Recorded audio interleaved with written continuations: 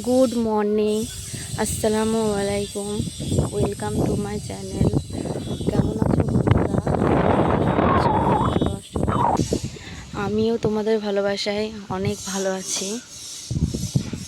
আজকে ব্লগটা এই ছাদ থেকেই শুরু করলাম। রোদও হচ্ছে, আবার হাওয়াও দিচ্ছে।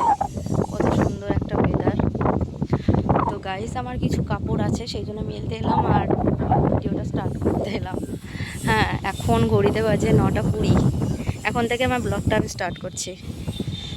এই যে এই কাপড়গুলো আমি মেলে দিব। তো বন্ধুরা, এই দেখো কাপড়গুলো মেলে দিয়েছি।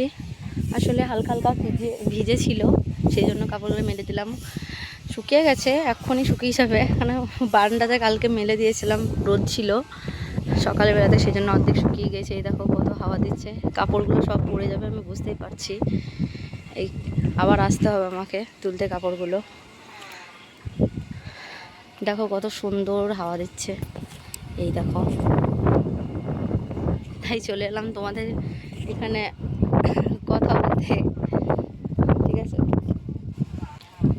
এবার আমি রান্না বান্না করবো, আর এবার রান্না বান্না করে রান্না করবো।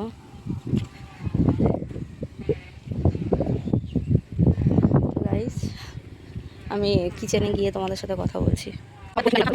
দেখো বন্ধুরা, চিমটিগুলো লাগিয়ে দিয়েছি, আর কাপড়গুলো পরতে পারবে না। আমি আধ ঘন্টা পর আবার আসবো, কাপড়গুলো তুলে নিয়ে যাব। অল্প অল্প ভিজে আছে, খুব একটা ভিজে নাই, তাড়াতাড়ি শুকিয়ে যাবে। তো বন্ধুরা, আবার চলে এসেছি রান্নাঘরে তোমাদেরকে কিছু শেয়ার করার জন্য চলে এসেছি। দেখো আবার মেঘলা মেঘলা ওয়েদার। এই যে আমার ভাত হয়ে গেছে, এখানে আমার ভাত হয়ে গেছে। এখানে আলু কেটে রেখেছি, টমেটো ঝিঙে অল্প করে কেটে রেখেছি, সয়াবিন করে রেখেছি। এই যে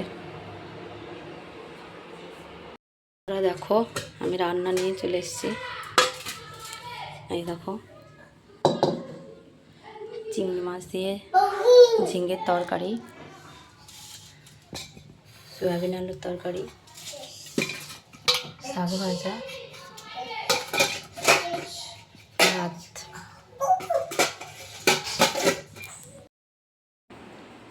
তো বন্ধুরা দেখো, আমার ছেলে মেয়ে দুটো ঘুমিয়ে গিয়েছে, এতক্ষণ ঘুমালো ওরা। বন্ধুরা, আবার চলে এলাম তোমাদের সঙ্গে কথা বলতে। এখন বাজে 4:27। এখনই আমার পাস্তা খেতে মন হয়ে গেল, তাই পাস্তা বানাবো।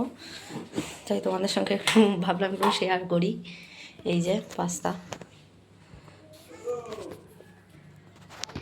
তো বন্ধুরা দেখো,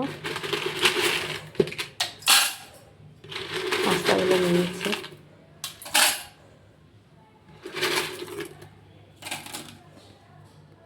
এই যে নিয়ে নিলাম, এবার এগুলো সেদ্ধ করবো।